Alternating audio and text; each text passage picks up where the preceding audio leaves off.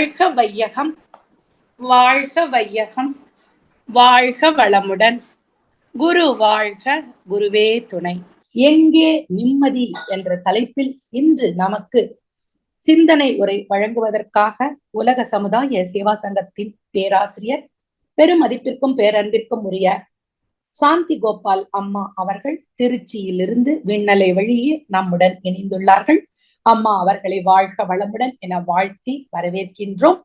அம்மா அவர்களின் சிந்தனை செல்வதற்கு முன்பாக அம்மாவை பற்றிய ஒரு சில விவர குறிப்புகளை அன்பர்களோடு பகிர்ந்து கொள்வதில் பெரும் மகிழ்ச்சி அடைகின்றோம்.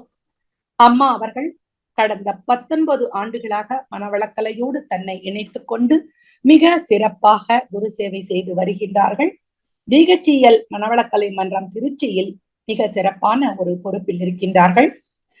விஷனில் வைஸ் பிரசிடென்டாக பதவி வகித்த அம்மா அவர்கள் கடந்த 2 வருடங்களாக விஷனில் பிரசிடென்டாக பதவி வகிக்கின்றார்கள். கல்வி தகுதியில் எம்எஸ்சி பிஎட் முடித்துள்ள அம்மா அவர்கள் நமது யோக கலையில் எம்ஏ பட்டமும் பெற்றுள்ளார்கள். மேலும் டிப்ளமோ இன் அக்குபஞ்சர் சயின்ஸிலும் மெடிக்கல் வர்மாலஜியிலும் அட்வான்ஸ் டிப்ளமோ பட்டம் பெற்றுள்ளார்கள். திருச்சியை சார்ந்த இடங்களில் அம்மா அவர்கள் மிக சிறப்பாக குரு சேவை செய்து வருகின்றார்கள். இத்தகைய சிறப்பு வாய்ந்த அம்மா அவர்களை இன்றைய சிந்தனையான எங்கே நிம்மதி என்ற சிந்தனை உரையை வழங்குமாறு அன்பர்கள் சார்பாக வாழ்த்தி வணங்கி வரவேற்கின்றோம். வாழ்க வளமுடன் அம்மா. வாழ்க வையகம், வாழ்க வையகம், வாழ்க வளமுடன். குருவே துணை. சிந்தையை அடக்கி சிந்தனையை உயர்த்திய குருவின் பாதங்களை வணங்கி இந்த சிந்தனையை தொடங்குகின்றேன். இணைப்பில் இணைந்துள்ள அனைத்து நல்ல உள்ளங்களுக்கும் எனது காலை வணக்கத்தை தெரிவித்துக் கொள்கிறேன். நம்முடைய அருள் தந்தை சூக்குமமாக இணைந்து இந்த நிகழ்வினை நடத்தி தருவார் என்ற உணர்வோடு இந்த உரையை தொடங்குகின்றேன். இணைப்பில் இணைந்துள்ள அனைத்து நல்ல உள்ளங்களுக்கும் எனது காலை வணக்கங்கள். எங்கே நிம்மதி? உலகத்துல பிறந்த அனைவருமே எப்படி வாழணும்னு ஆசைப்படுறாங்க? இது என்ன கேள்வி?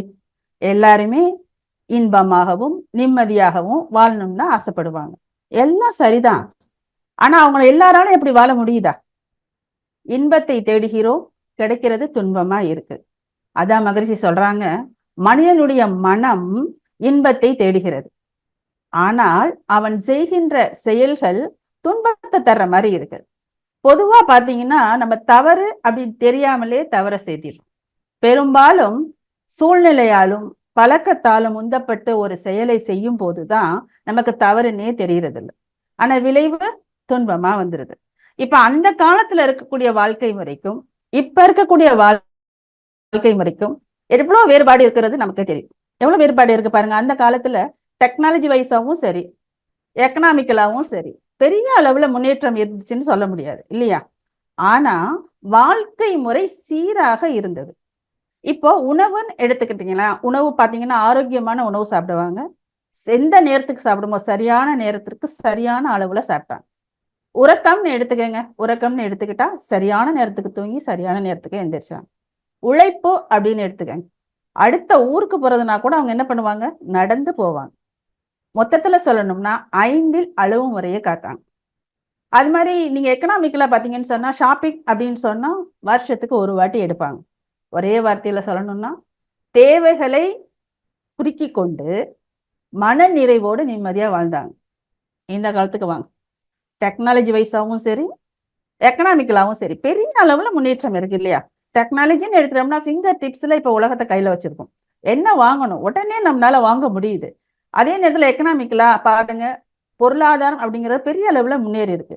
அப்ப நம்ம அந்த காலத்துல சொன்னோம் ஷாப்பிங் அப்படின்னு சொன்னா வருஷத்துல ஒரு வாட்டின்னு. இப்போ பொழுது போகலையா ஷாப்பிங் போற அளவுக்கு நமக்கு எக்கனாமிக்கெல்லாம் முன்னேறி இருக்கும். ஆனா வாழ்க்கை முறை சீராக இருக்குதா அப்படின்னு கேட்டா அங்க ஒரு கொசைமாக்கு தான். உணவுன்னு எடுத்துக்கிட்டோம் அப்படின்னு சொன்னா நினைச்ச நேரத்துக்கு பிடிச்சதை சாப்பிட்ற மாதிரி இருக்கு. உறக்கம்னு எடுத்துக்கிட்டா இரவு பகலா மாறுது, பகல் உறவா மாறுது. இப்ப அதே மாதிரி உழைப்புன்னு எடுத்துக்கங்க, அடுத்த தெருவுக்கு போறதுனா கூட என்ன பண்றோம்? வண்டி எடுக்கிறோம். ஆனா ஒரு கட்டத்துல டாக்டரை போய் பாக்குறோம், டாக்டர் என்ன சொல்றாங்க? வாக்கிங் போங்க அப்படின்றாங்க. உடனே அதையும் ஒரு வேலையா ஒரு கடமையா நினைச்சிட்டு நம்ம என்ன பண்றோம்? வாக்கிங் போக ஆரம்பிக்கிறோம். அப்போ நம்ம வாழ்க்கை முறையில அந்த ஒரு சீர் இல்லாதனால நிறைய குழப்பங்களை நம்ம பார்க்குற மாதிரி ஆயிடுது. அது மட்டும் இல்லை, இப்ப சொன்னோம் இல்லையா, உணவு முறையில இருந்து நம்மளோட உழைப்பாகட்டும் உறக்கமாகட்டும் எல்லாமே என்னன்னா சீரா இல்லாம போயிடுது. இப்போ பூமியின் சுழற்சி வேகத்தை விட இப்ப இருக்கக்கூடிய மனிதனின் வாழ்க்கை சுழற்சி வேகம் அதிகமாயிடுச்சு. பெரிய பெரிய சவால்கள், நோய்களின் படையெடுப்பு ஒரு பக்கம், என்ன நோயின்னு பேரே தெரியாத அளவுக்கு நோய் வந்துட்டு இருக்கு. குற்றங்கள் புரிவதற்கான சூழல்கள் நிறைய இருக்கு. ஆரோக்கியத்தை இன்வெஸ்ட்மெண்ட்டா வச்சு ஓடி ஓடி சம்பாதிக்கிறோம், ஏன்னா போட்டி உலகமா போயிடுச்சு. ஆனா ஒரு காலகட்டத்துல நம்ம இழந்த ஆரோக்கியத்தை மீட்டெடுக்கிறதுக்கு நம்ம சம்பாதிச்ச பணத்தை செலவழிக்கிறோம். அப்போ இந்த வாழ்க்கையில மனிதனுக்கு பலவிதமான குழப்பங்கள். இந்த குழப்பங்களுக்கெல்லாம் என்ன காரணம் அப்படின்னு மகரிஷி அழகா சொல்றாங்க பாருங்க, நம்முடைய பழக்கமும் அறியாமையும் தான் காரணம். அப்ப இந்த அறியாமையிலிருந்தும் பழக்கத்திலிருந்தும் வெளியில வரணும். வெளியில வர்றதுக்கான வழிமுறையை மகரிஷி தெளிவா சொல்லியிருக்காங்க. அதைத்தான் நம்ம இப்போ எங்கே நிம்மதி அப்படிங்கிற தலைப்பின் கீழே பார்க்க போறோம். எங்கே நிம்மதி? நிம்மதி எங்க இருக்கு? 3 விஷயம் தாங்க. இந்த 3 விஷயத்தை பத்தி தெளிவா தெரிஞ்சுக்கிட்டீங்க அப்படின்னு சொன்னா நம்ம எப்போதுமே நிம்மதியா இருக்கலாம். அந்த 3 விஷயம் என்னன்னா, உள்ளதை உணர்தல், நல்லதை செய்தல், அல்லதை விடுதல். கேட்கறதுக்கு நல்லா இருக்குல்ல? இவ்வளவுதானா அப்படின்னு தோணுதா? உள்ளதை உணர்தல் அப்படிங்கறது நல்ல மனசுல பதிச்சுக்கோங்க. அதே மாதிரி நல்லதை செய்தல், அடுத்ததா அல்லதை விடுதல். இந்த 3ஐ பத்தி நம்ம தெளிவா தெரிஞ்சுக்கிட்டோம் அப்படின்னு சொன்னா எப்போதுமே நம்ம வாழ்க்கையில நிம்மதியா இருக்கலாங்க. முதல்ல உள்ளதை உணர்தல். மகரிஷி என்ன சொல்றாங்கன்றத நம்ம பார்ப்போம்.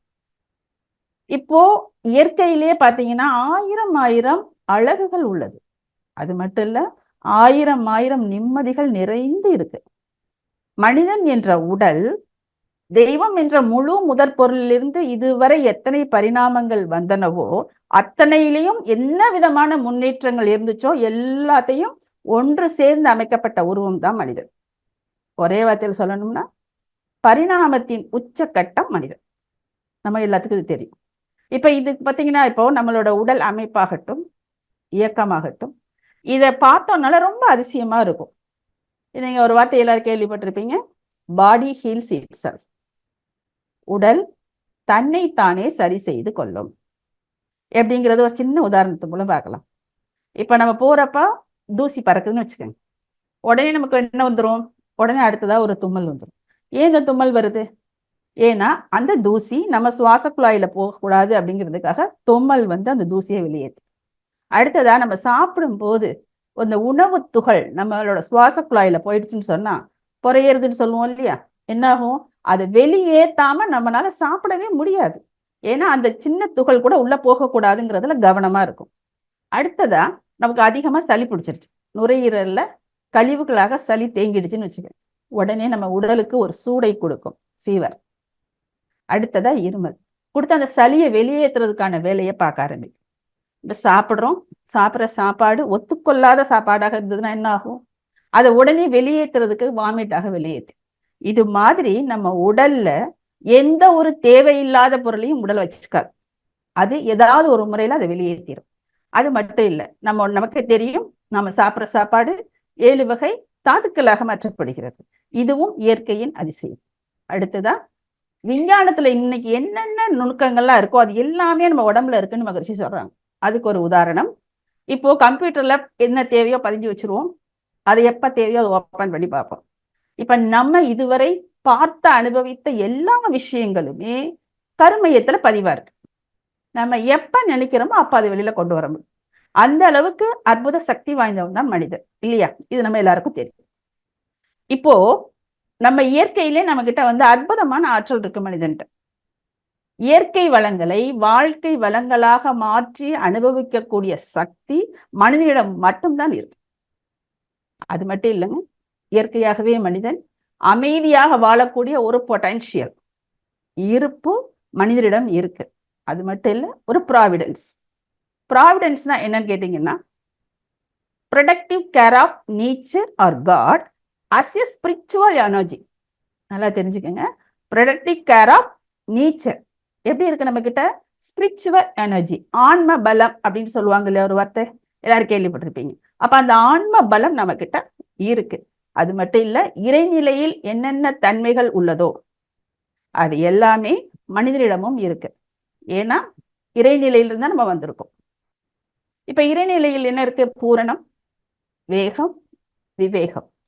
இந்த விவேகம் அப்படிங்கிறது என்னன்னு பாத்தீங்கன்னா, இடத்திற்கு தகுந்தவாறு இயக்க நியதியை வகுத்து கொள்ளுது. அதான் மகரிஷி ஒரே லைன்ல சொல்றாங்க, man is static at the God. மனிதனும் இறைவனும் வேறல்ல. இப்ப எல்லாம் சரி.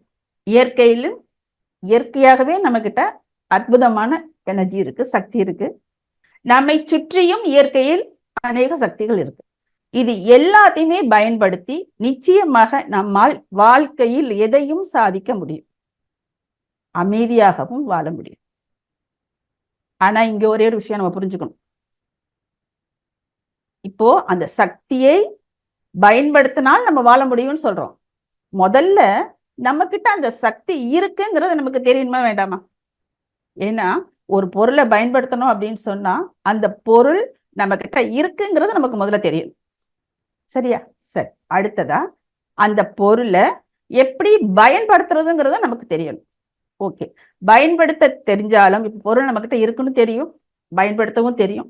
ஆனா பயன்படுத்த தவறினால் அதனாலையும் அந்த சக்தினால நமக்கு பயன் இருக்குமா? நிச்சயமா இருக்காது. பயன்படுத்துறதுக்கு சரியான வழி என்ன அப்படின்னு பாத்தீங்கன்னா, நம்மளுடைய எண்ணங்களை வலிமைப்படுத்தும். இப்போ நம்ம கிட்ட இருக்க சக்தி பத்தி நமக்கு தெரிஞ்சிருச்சா? ஓகே. இப்ப அடுத்ததா இயற்கையில் நடக்கக்கூடிய நிகழ்ச்சிகளாகட்டும், நம்மை சுற்றி நடக்கக்கூடிய நிகழ்ச்சிகளாகட்டும், மனிதன் தான் உணர்ந்து அனுபவிக்கிறதை 4 வகை உணர்வுகளாக பிரிக்கலாம். அது என்னென்ன உணர்வுகள் அப்படின்னு பாத்தீங்கன்னா, இன்பம், துன்பம், அமைதி, பேரின்பம். இன்பம், துன்பம், அமைதி, பேரின்பம். எல்லாருக்கும் எப்படி வாழணும்னு ஆசையா இருக்கும்? துன்பத்தை தவிர்க்கணும், இன்பமாக வாழ வேண்டும், அமைதியாக இருக்கணும். இந்த எக்டசி தான் எல்லாத்துக்கும் இருக்கும். எல்லாருக்கும் ஆசை இருக்கும். இது நியாயம் தானே? ஓகே. அப்போ முதல்ல அதுக்கு நம்ம என்ன பண்ணணும்னு மகிழ்ச்சி சொல்றாங்கன்னா, இந்த உணர்வுகள் எல்லாம் எப்படி தோன்றுகிறது? இன்பம், துன்பம், அமைதி, பேரின்பம், இது எல்லாம் எப்படி தோன்றுகிறதுன்னு முதல்ல நமக்கு தெரியும். சரி, அப்ப எப்படி தோன்றுகிறதுன்னு தெரிஞ்சிருச்சுன்னா, எனக்கு நானே இந்த உணர்வுக்குரிய இயக்கத்தை, நிகழ்ச்சியை எப்படி நடத்தி கொள்வதுன்னு தெரிஞ்சுக்கிட்டா நம்ம எப்போதுமே துன்பத்தை தவிர்த்து இன்பமா இருக்கலாம் இல்லையா? ஒரு நிமிஷம் யோசித்து பாருங்க. இப்ப இந்த உணர்வுகள் எல்லாம் எப்படி தோன்றுதுன்னு நம்ம தெரிஞ்சுக்கணும். அடுத்ததா இந்த உணர்வுகளை நமக்குரியவாறு நம்ம அந்த நிகழ்ச்சி அதே மாதிரி நடத்திக்கிட்டா எப்போதுமே நம்ம துன்பத்தை தவிர்த்து இன்பமா இருக்க முடியும் இல்லையா? அமைதியா வாழலாம். கேட்கும்போது ஒரு மாதிரி இருக்கா? அது எப்படி சாத்தியமா? நமக்குரிய மாதிரி நம்ம நிகழ்வை நடத்தி கொள்ள முடியுமா? மகரிஷி சொல்றாங்க, மனிதன் அவனுக்குள்ள வசதிகளை அனுபவிக்க, முழுமையாக அனுபவிக்க, அதை தெரிந்து கொள்ளக்கூடிய ஆற்றல் அவனிடம் இருக்கிறது அப்படின்னு சொல்றான். சரி, அப்ப நம்ம அதை வச்சு தெரிஞ்சுக்கிறோம். இப்போ அதுக்கான எப்படி தெரிஞ்சுக்கிற வழியையும் மகரிஷி கொடுக்குறாங்க பாருங்க. இன்ப துன்ப சூத்திரம், அதுக்கு ஒரு ஃபார்முலா கொடுக்குறான். இன்பம் இன்பமாகவே இருக்கணும் அப்படின்னு சொன்னா அதுல இருக்கக்கூடிய அளவு முறை மாறக்கூடாது. அப்ப இன்பத்தின் அளவு மாறாமலும் முறை மாறாமலும் இருக்கும் பொழுது அது இன்பமாகவே இருக்கும், துன்பமாக மாறாது. இப்ப உதாரணமா தரை இருக்கு. தரையில சில இடங்கள் உயரமா இருக்கும், அத மேடுன்னு சொல்லுவோம். சில இடங்கள் குழியா இருக்கும், அத பள்ளன்னு சொல்லுவோம். அதே மாதிரி நம்ம உணர்ச்சிகள் வெளியேறும் பொழுது நம்ம முறையான சக்தியோடு, அதாவது அதிகமாக உணர்ச்சிகளாக வெளியேறும் போது நம்ம சக்தி முறையாக கழியும் பொழுது அது இன்பமாக இருக்கும். அதை மீறும் பொழுது அது துன்பமாக மாறிடும். இப்போ ஒருத்தவங்க வீட்டுக்கு போறோம், ஒரு கப்ல பாதாம் அல்வா கொடுக்குறான். நமக்கு பாதாம் அல்வானா ரொம்ப பிடிச்சிட்டோம், பார்த்தோன்னு ஆசை, என்ன பண்றோம்? டேஸ்டியா இருக்க எடுத்து ரொம்ப ஆர்வமா சாப்பிட்றோம். முதல் கப்பு சாப்பிடும்போது ரொம்ப இனிமையா இருக்கும் இல்லையா? சரி, நம்ம சாப்பிட்ற வேகத்தை பார்த்து அவங்க இன்னொரு கப்பு கொண்டு வந்து வச்சுட்டாங்க. சரி அப்படின்னா அடுத்த கப்பையும் எடுத்து சாப்பிட்றோம். இப்ப முதல் கப்பு சாப்பிடும்போது இருக்கக்கூடிய அந்த இன்பத்திற்கும் 2வது கப்பு சாப்பிடும்போது இருக்க இன்பத்திற்கும் கண்டிப்பா கொஞ்சம் டிஃபரன்ஸ் இருக்கும். ஓகே, சரி, ரொம்ப பிடிக்குது போல அப்படின்னு சொல்லிட்டு 3வது கப்பையும் கொண்டு வந்து நமக்கு வச்சுட்டாங்க. சாப்பிட்றோம், ஏன்னா நமக்கு விட மனசு வரல, சாப்பிட்றோம். சாப்பிடும்போது என்ன வரும்? வாமிட் வர ஆரம்பிச்சிடும். ஏன்? ஏன்னா பாதாம் அல்வா இனிப்பு நமக்கு இன்பத்தை தருது. அப்ப இன்பத்தை தருனா அனுபவிக்க அனுபவிக்க அதிகமான இன்பத்தை தானே தரணும். அது தராம ஏன் துன்பமாக மாறுகிறது? சொல்றாங்க மகரிஷி, பாருங்க அந்த ஃபார்முலா கொடுக்குறாங்க. எப்பொழுது நம்ம இன்பம் அளவு முறை மாறும் பொழுது பொருத்தமில்லாத உணர்ச்சி நமக்கு உருவாகுதோ அப்பதான் இன்பம் துன்பமாக மாறுகிறது. இன்பம்தான் அது நம்ம சாப்பிட சாப்பிட அந்த பொருத்தமில்லாத உணர்ச்சி மாறும் பொழுது அது துன்பமாக மாறுகிறது. அப்ப என்ன பண்ணணும்? அப்ப என்ன தெரிஞ்சுக்கணும்? நம்ம இன்பத்தின் அளவு முறை மாறும் பொழுது ஏற்படக்கூடிய ஒரு பொருத்தமில்லாத உணர்ச்சி தான் துன்பமாக மாறுகிறது. இப்போ துன்பம் அப்படிங்கிறது இன்பமே தான் நமக்கு எதா மாறுதுங்க? துன்பமா மாறுது. பதஞ்சலி யோக சூத்திரால கூட துன்பம் துக்கம் எப்படிலாம் வருங்கிறதுக்கான ஒரு சூத்திரம் இருக்கு. பரிணாம தாப சம்ஸ்கார துக்கை குணவிருத்தி விரோதாச்ச துக்கம் ஏவ சர்வம் விவேக்கின. அதுல அவர் சொல்றது பரிணாம துக்கம்னு ஒண்ணு சொல்லுவாங்க. அந்த பரிணாம துக்கம் தான் இந்த இன்பமே துன்பமாக மாறக்கூடிய நிலை. சரி, அப்ப இன்பம் துன்பமாக மாறாம இருக்கணும் அப்படின்னு சொன்னா அதுல நம்ம என்ன பண்ணணும்? அளவு முறை காக்க வேண்டும். இன்பத்தின் அளவு முறை மாறாமல் இருந்தால் அது துன்பமாக மாறாது. அப்ப இன்பம் இன்பமாக இருக்கணும் அப்படின்னு சொன்னா அந்த அளவு முறை நம்ம தெரிஞ்சுக்கிட்டோம் அப்படின்னு சொன்னா அங்கதான் நம்ம கிட்ட மாற்றங்கள் வரும். இந்த அளவு முறைக்கு மகரிஷி ஒரு வார்த்தை அழகா கொடுக்குறாங்க, உறவு துறவு.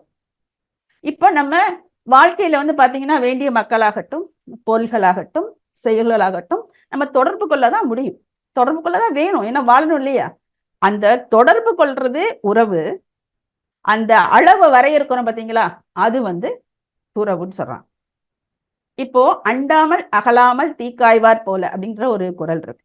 அது என்னன்னு கேட்டீங்கன்னா, இப்ப குளிர் பிரதேசத்துலாம் குளிர் இல்லையா, அப்ப அந்த குளிர் தெரியாம இருக்கிறதுக்காக அந்த நெருப்பு போட்டு குளிர் காய்வாங்க. சரி, ரொம்ப குளிருது அப்படின்னு சொல்லிட்டு அந்த நெருப்பு பக்கத்துல போய் இருந்தோம்னு வச்சுக்கோங்க, என்னாகும்? சுடும். ஐயோ சுடுதே அப்படின்னு சொல்லிட்டு நல்லா தள்ளி போய் உட்காந்துட்டோம்னா என்னாகும்? குளிர ஆரம்பிச்சிடும். அப்ப சுடவும் கூடாது, குளிரவும் கூடாது. அப்ப சரியான அளவுல நம்ம அதை மெயின்டைன் பண்ணோம்னா குளிரவும் செய்யாது, சுடவும் பண்ண. அதே மாதிரி இப்ப சமைக்கிறோம், நெருப்பு வேணும். அதுக்காக சமைச்சு முடிச்சதுக்கு அப்புறம் அந்த நெருப்பை வச்சுட்டே இருக்க முடியுமா?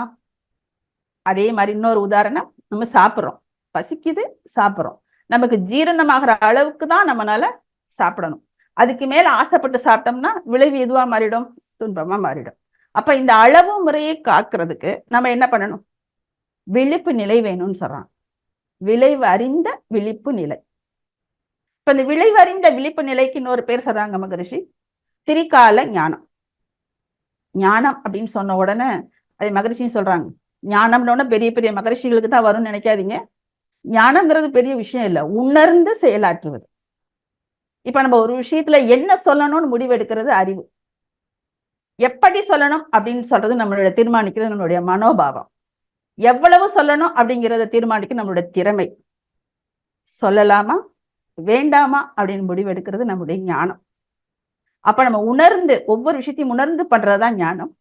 இந்த திரிகால ஞானம் அப்படிங்கிறது வேற ஒண்ணும் இல்லைங்க, முன் அனுபவம், தற்கால சூழ்நிலை, பின் விளைவு.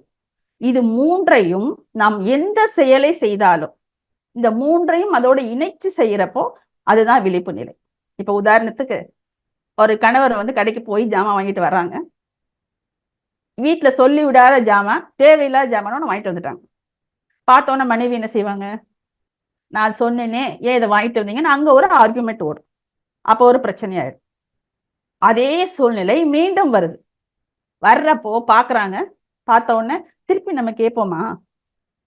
அப்ப இந்த திரிகால ஞானம் அங்க வருதுன்னு வச்சுக்கோங்க, மூன்றையும் நம்ம செயலோட இணைக்கிறோம். ஐயோ ஏற்கனவே கேட்டப்ப பெரிய பிரச்சனையாச்சுப்பா, ஏன் இப்ப இதை செய்யணும்? வேண்டாம். இதுதான் விளைவறிந்த விழிப்பு. இப்போ ஒரு நாள் சாப்பிட்றோம், வயிறு வலிச்சது, மீண்டும் அதே மாதிரி சூழ்நிலை வர்றப்போ இந்த திரிகால ஞானம், வேண்டாம் ஏற்கனவே அன்னைக்கு சாப்பிட்டு எனக்கு வலிச்சது, இன்னைக்கு வேண்டாம், அளவு முறையை காப்பாத்து. அப்ப இந்த விளைவறிந்த விழிப்புங்கிறது ஒவ்வொரு செயலிலும் இருக்கும் பொழுது நமக்கு அந்த அளவு முறை மாறாம பாத்துக்கலாம். இன்னொரு கேள்வி வரலாம், இது என்னங்க வேலை, எப்ப பார்த்தாலும் நான் விழிப்பு நிலையிலே இருக்க முடியுமா? அதுக்கு தான் மகரிஷி சொல்றாங்க, விழிப்பு நிலை எதுக்கு நான் வச்சுக்கிறேன் அப்படின்னு சொன்னா, எனக்கு அமைதி வேண்டும். அப்ப எனக்கு இந்த விளைவறிந்த விழிப்பு நிலையோட தான் நான் வாழ முடியும்.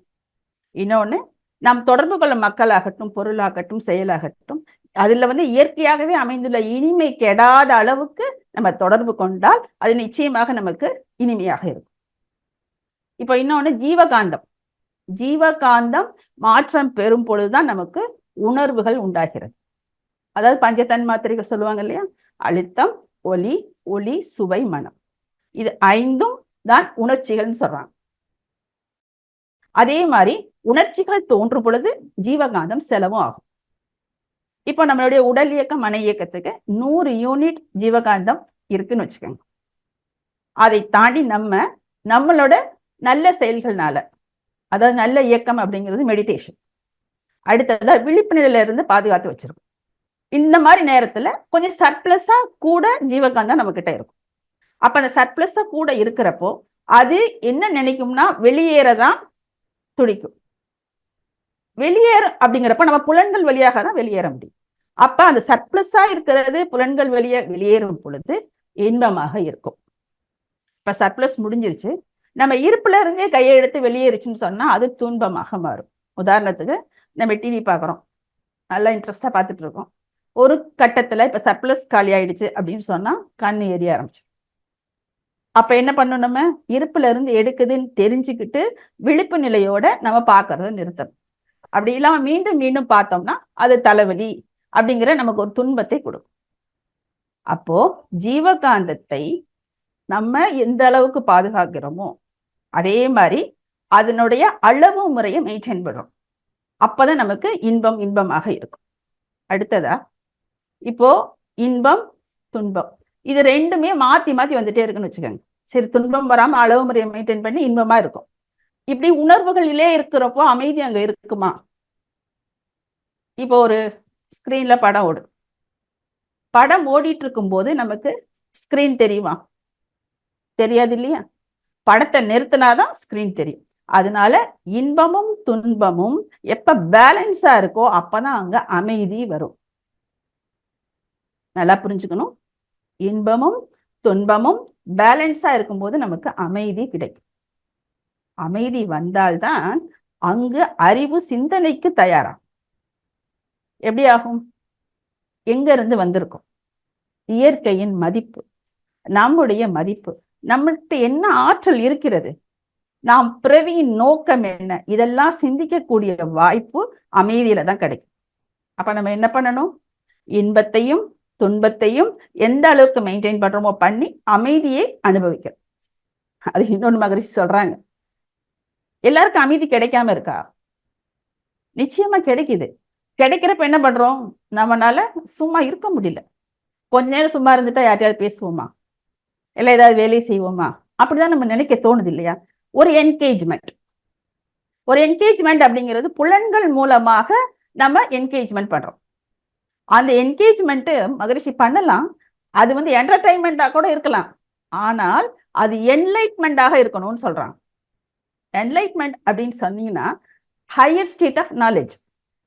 அப்படி இல்லாம இன்வால்மெண்டோட, ஈடுபாடோட ஒரு விஷயத்த நம்ம என்கேஜ் ஆனோம் அப்படின்னு சொன்னா அதுதான் நமக்கு மீள முடியாத ஒரு பழக்கத்துல கொண்டு போய் விட்டுருது. இப்ப பார்த்துருப்பீங்க, நிறைய பேர் காலைல எந்திரிச்ச உடனே காஃபி குடிக்கலன்னா அவ்வளவுதான், அப்படியே ஒரு பைத்தியம் பிடிச்ச மாதிரி இருக்குன்னு சொல்லுவாங்க. அது மாதிரி பேப்பர் படிக்கிறது, இப்ப இருக்க ஜென்ரேஷன் போன், எல்லாமே பழக்கமாக பதிவாகிறது. அப்ப அந்த பழக்கம் என்னாகும் கேட்டீங்கன்னா இயக்க பதிவாக மாறிவிடும். இப்ப இன்பமானாலும் சரி, துன்பமானாலும் சரி. இப்ப துன்பம் தரக்கூடிய ஒரு செயலை நம்ம செய்யறோம் அப்படின்னு சொன்னா அது நம்மளுடைய உடல்ல, புலன்கள் மூலமாக உடல்ல விரிவு இயக்க பதிவாக பதிவாயிடும். மூளையில என்ன பதிவாக பதிவாயிடும், தரமான பதிவாக உயிரில் கம்ப்யூட்டர்ல பதிஞ்ச மாதிரி பதிஞ்சிடும். ஒரு முறை பதிஞ்சிருச்சு அப்படின்னு சொன்னா மீண்டும் மீண்டும் அந்த செயலை நாம் செய்வதற்கு தூண்டும். அப்ப என்ன பண்ணுவோம், நம்ம மீண்டும் மீண்டும் அதை செஞ்சுட்டே இருப்போம். இப்போ இதுக்கு ஒரு உதாரணம் சொல்றேன். இப்ப சில பேர் பாத்தீங்கன்னா காலையில அலாரம் அடிக்காமே எந்திரிச்சிருவாங்க, அதாவது அலாரம் வைக்காமே எந்திரிச்சிருவாங்க. சில பேர் என்ன டைமுக்கு எந்திரிக்கணுமோ அலாரம் வச்சு எந்திரிப்பாங்க. சில பேர் இப்பெல்லாம் பாத்தீங்கன்னா 4-5 அலாரம் இப்படி. சில பேர் என்ன பண்றாங்க, சில பேர் சொல்லக்கூடாது, பல பேர் அலாரம் வச்சுட்டு படுப்பாங்க, அடிக்கிறப்போ அடிச்சுட்டு தூங்கிடுவாங்க. இப்ப யாரெல்லாம் அலாரம் அடிக்கிறப்போ அதை ஆஃப் பண்ணிட்டு தூங்குறாங்களோ அவங்களை கவனிச்சு பாத்தீங்கன்னா உங்களுக்கு தெரியும், அவங்க எல்லா விஷயத்தையுமே போஸ்ட்போன் பண்ணுவாங்க. கவனிச்சு பாரு. ஏன்னா ஒரு பழக்கம் அவங்களுக்கு ஒரு ஹேபிட்டா மாறி, ஹேபிட் வந்து கேரக்டரா மாறிடும். அப்ப நம்ம என்ன விஷயங்களை செய்யறோமோ அது வந்து நமக்கு ஹேபிட்டா மாறுது, அந்த ஹேபிட் தான் கேரக்டரா மாறுது. அப்போ அந்த ஒரு கேரக்டர் வந்துருச்சு அப்படின்னு சொன்னா அதன் பாதையிலேயே நம்ம போக ஆரம்பிப்போம்.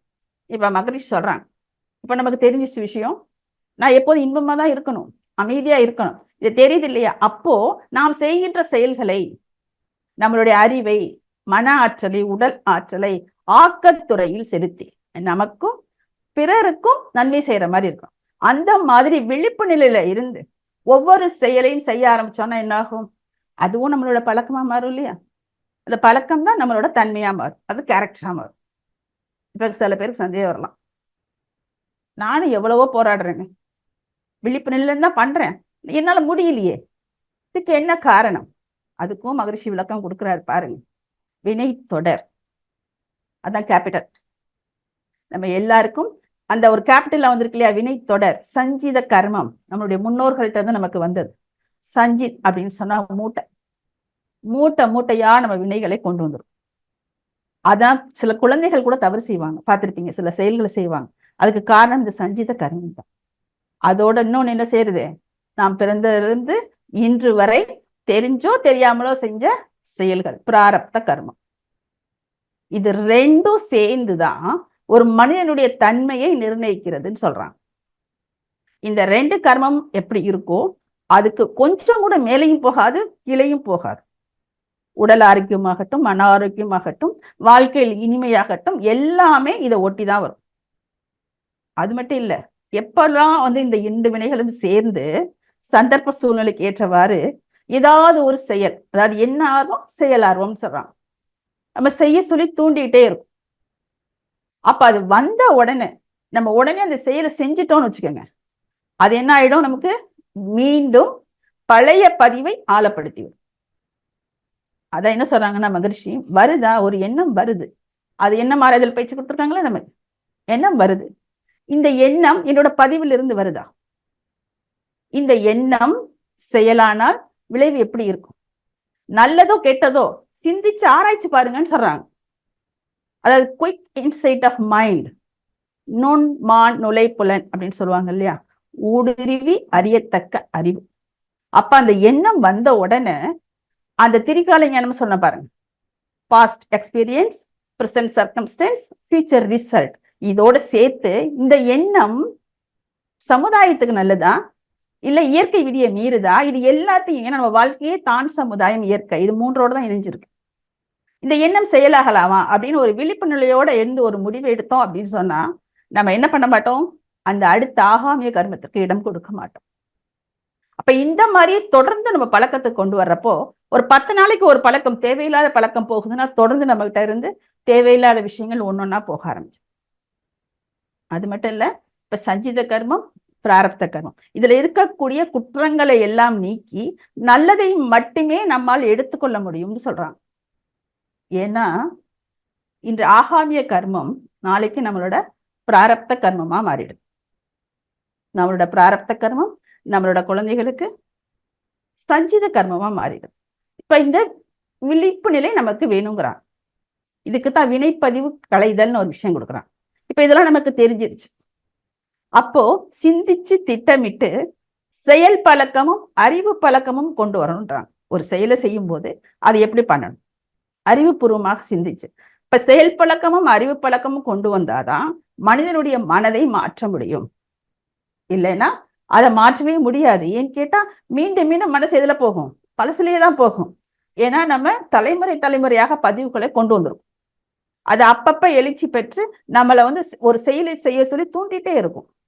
ஒரு குரு, அவருக்கு வந்து வயசாயிடுச்சு, அவர் வந்து ஒரு சிஷ்யனை, தலைமை சீடரை தேர்ந்தெடுக்கணும், அதுக்காக ஒரு போட்டி வைக்கிறார். ஒரு 3 பானையை கவுத்தி வச்சுட்டாரு. 3 சீடரை கூப்பிடுறாங்க. கூப்பிட்டு இந்த பானைக்குள்ள என்ன இருக்குன்னு பாருங்க.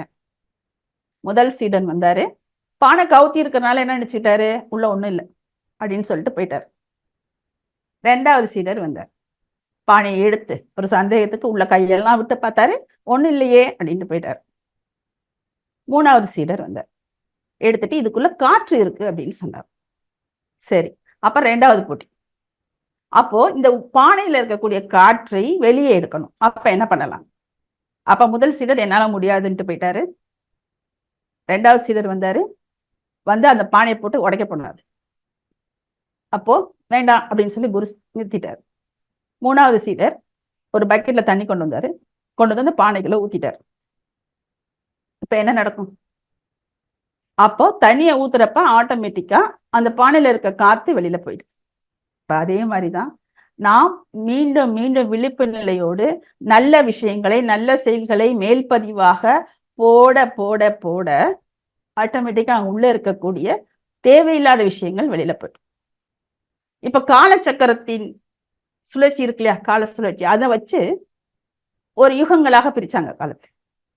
முதல்ல சத்திய யுகம். சத்திய யுகத்துல பாத்தீங்க அப்படின்னு சொன்னா எல்லாருமே நல்லவங்களா இருந்தாங்க. அடுத்ததா திரேதா யுகம். இது ராமாயண காலம். இப்போ உலகத்துல ஒரு பக்கம் இருந்தவங்க நல்லவங்களா இருந்தாங்க, இன்னொரு பக்கம் இருந்தவங்க நல்லவர் அல்லாதவர்களாக இருந்தாங்க. அதாவது ராமர், ராமன். இப்ப அடுத்ததா துவாபர யுகம். இது மகாபாரத காலம். இதுல ஒரே குடும்பத்தை சார்ந்தவர்கள் நல்லவங்களா இருந்தாங்க, நல்லவர் அல்லாதவர்களாக இருந்தாங்க. கௌரவர்கள், பாண்டவர்கள். இப்ப என்ன யுகம்? கலியுகம். இந்த கலியுகத்துல ஒருத்தரே, ஒரு மனிதனே, ஒருவரே ஒரு நேரம் நல்லவங்களா இருக்காங்க, ஒரு நேரம் நல்லவர் அல்லாதவர்களாக இருக்காங்க. ஒரு நேரம் அன்பும் கருணையும் அவங்கள மாதிரி முடியவே முடியாது. அடுத்த நேரம் கோபம், வெறுப்பு. இதுக்கெல்லாம் என்ன காரணம்? நம்மளுடைய பதிவுகள். அப்ப ஒரு விழிப்பு நிலையோடு இருந்து நம்ம அதை ஹேண்டில் பண்ணணும். இப்போ ஜிம்பாப்வேயோட மத குரு மஃப்டி மென்க் அப்படின்னு இருக்காரு. அவர் எதை சொன்னாலும் ரொம்ப ஈஸியா தெளிவா புரியுற மாதிரி சொல்லுவார். அவர் சொன்னது, ஒரு வருஷத்துக்கு காட்டெருமைகள் 8 பேரை கொள்ளுது. அடுத்ததா சிங்கம் 500 பேரை கொள்ளுது. தேல் 5000 பேர். பாம்பு பாத்தீங்க அப்படின்னு சொன்னா 10,000 பேர். இப்ப எதுக்கு இந்த கணக்கெல்லாம்னு கேக்குறீங்களா? இனிமேதான் விஷயமே இருக்கு பாருங்க. கொசு 2.7 லட்சம் பேரை கொள்ளுது. நான் நினைப்போம்மா, கொசு எவ்வளவு சின்னது, இது இப்ப இவ்வளவு பேரை கொள்ளுதா? அதே மாதிரிதாங்க நம்ம வாழ்க்கையில சின்ன சின்ன தவறுகளை கண்டுக்காம விட்டுறோம். சின்ன விஷயம் தானே, இது என்ன பண்ண போகுது அப்படின்னு. அப்ப அந்த சின்ன சின்ன விஷயங்கள் தான் நமக்கு பதிவுகளாக மாறுது அப்படிங்கிறத நம்ம புரிஞ்சுக்கணும். அப்ப விழிப்பு நிலையோடு இருந்து என்ன பண்ணணும்? எப்போதுமே இந்த பதிவுகள் வராத அளவுக்கு பார்த்துக்கணும். இன்னொன்னு காரணம் பதிவுகள் வர்றதுக்கு அறிவில் வறுமைன்னு சொல்றாங்க. அது என்ன பொருள் வறுமை பார்த்திருக்கோம், அறிவில் வறுமை. அது இன்னோசன்ஸ், இக்னோரன்ஸ், அடுத்ததா எமோஷன். மகிழ்ச்சி சொல்றாங்க. அறியாமை, அலட்சியம், உணர்ச்சி வயப்படுறோம்.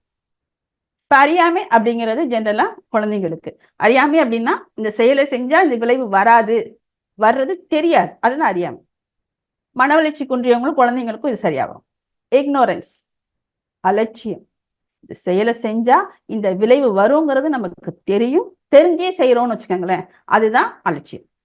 அதான் மகிழ்ச்சி சொல்றாங்க, இக்னோரிங் யுவர் ஓன் எக்ஸ்பீரியன்ஸ்னு சொல்றாங்க. சொந்த அனுபவத்தையே நம்ம என்ன பண்றோம்? இக்னோர் பண்றோம்.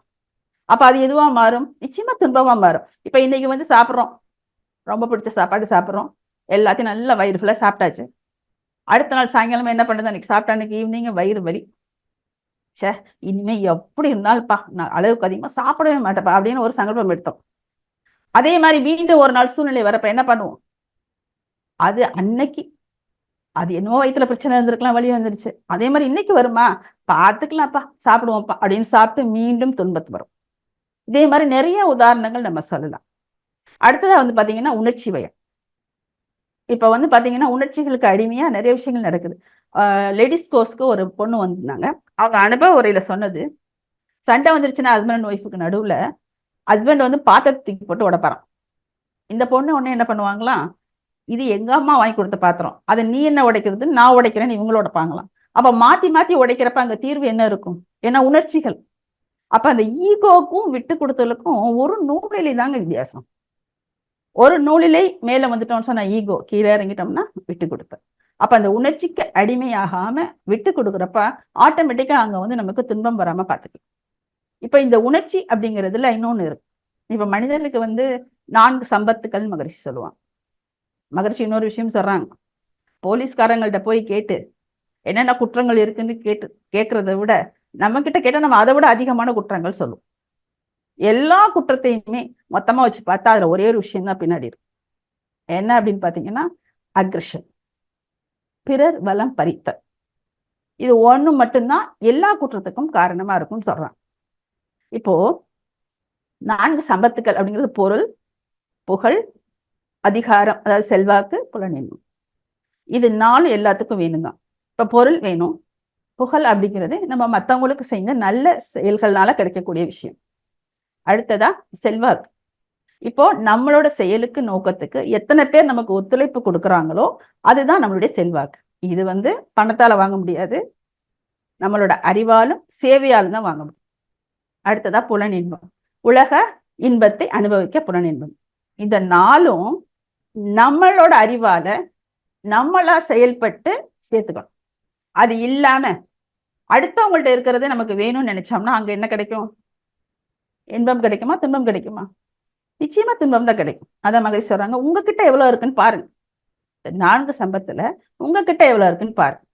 அதை எப்படி நான் அதிகமாக்கிக்கிறது, அதிகமாக்கிட்டு அதை எனக்கும் மற்றவர்களுக்கும் பயன்படுற மாதிரி எப்படி மாத்திக்கிறது. என்கிட்ட இருக்கக்கூடிய நல்ல விஷயத்தை வச்சு எனக்கு என்ன நல்லது பண்றது, குடும்பத்துக்கு, சுற்றத்துக்கு, நண்பர்களுக்கு, உலகத்துக்கு, இது எல்லாத்துக்கும் எவ்வளவு நல்ல விஷயங்கள் நம்மளால பண்ண முடியும். இதை மட்டும் பாக்குறப்போ நம்ம மனசுல என்ன எண்ணம் வரும்? ஃபீல் ரிச் அப்படிங்கிறாங்க. ஒரு அமைதி, ஒரு சந்தோஷம் கிடைக்கும் இல்லையா? இது மட்டும்தான். இன்னொரு விஷயம் இருக்கு, எதிர்பார்த்த. நம்ம எல்லார்கிட்டயுமே முக்கியமா இருக்கக்கூடிய விஷயம் எதிர்பார்ப்பு. நம்ம அடுத்தவங்க மேல ஒரு எண்ணத்தை வச்சுட்டு அவங்க இப்படிதான் நடக்கணும், அப்படிதான் நடக்கணும், நம்ம நிறைய நிபந்தனையை போட்டுட்டு இருக்கோம். அது என்ன சொல்றாங்கன்னா மகரிஷி, அவங்களுக்கும் நமக்கு இருக்க உறவுக்கிடையே ஒரு நிபந்தனையை கொடுக்குறோம். அந்த நிபந்தனையை வைக்கிறப்போ விளைவு எப்படி இருக்கும்? ஏன்னா அவங்க செய்யற, நம்ம நல்ல விஷயம் செய்யறோம்னு வச்சுக்கோங்க, அதுக்குள்ள விளைவு இந்த எதிர்பார்த்தனால எதுவும் மாறப்போறது இல்லை. இப்ப எதிர்பார்த்துக்கள் ஒரு உதாரணம் சொல்றேன் பாருங்க. இப்ப ஒரு நண்பராகட்டும் உறவுகளாகட்டும் போறோம், போய் நம்ம ரொம்ப சந்தோஷத்தோட அவங்களுக்கு நிறைய உதவிகளை பண்ணிடுறோம். சரியா? பண்ணிட்டு சந்தோஷமா வரோம். வரும்போது மனசுல என்ன உணர்வோட வருவோம்? நிச்சயமா நான் இவ்வளோ பண்ணியிருக்கேன் இவனுக்கு, கண்டிப்பா நாளைக்கு அவன் எனக்கு வந்து ஹெல்ப் பண்ணுவான்னு முதல்ல நினைப்போம். அடுத்தது கண்டிப்பா பண்ணணும் அப்படின்ற ஒரு எதிர்பார்ப்போட வரும். அதே சூழ்நிலை வர்றப்போ நிச்சயமா அது நடக்காது. உடனே அங்க என்ன வரும்? ஏமாற்றம் வரும். அதான் மகரிஷி சொல்றாங்க, எப்போதுமே நம்ம செஞ்ச நல்ல விஷயங்களுக்கான விளைவு யாருக்கு செஞ்சோமோ அவங்கதான் நமக்கு செய்யணும்னு கிடையாது, யார் மூலமாவது நமக்கு வந்துடும். அப்ப நம்ம செய்யறோமா, மனப்பூர்வமா செஞ்சுட்டு வந்துடும். அந்த எதிர்பார்ப்பு இல்லாமல் வரும். ஏன்னா எதிர்பார்ப்பு இருக்கிற இடத்துல ஏமாற்றம் தான் வரும். அடுத்ததா இப்ப நிறைய பேருக்கு என்ன பாத்தீங்கன்னா, ஒருத்தர் மகரிஷி ஒரு உதாரணம் சொல்றாங்க. 5 கோடி ரூபாய் ஒருத்தர் பேங்க்ல போட்டு வச்சிருந்தாராம்.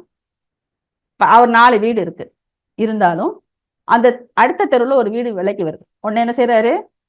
அந்த வீடையும் வாங்கிடலாம், அதான் பணம் இருக்கே அப்படின்னு.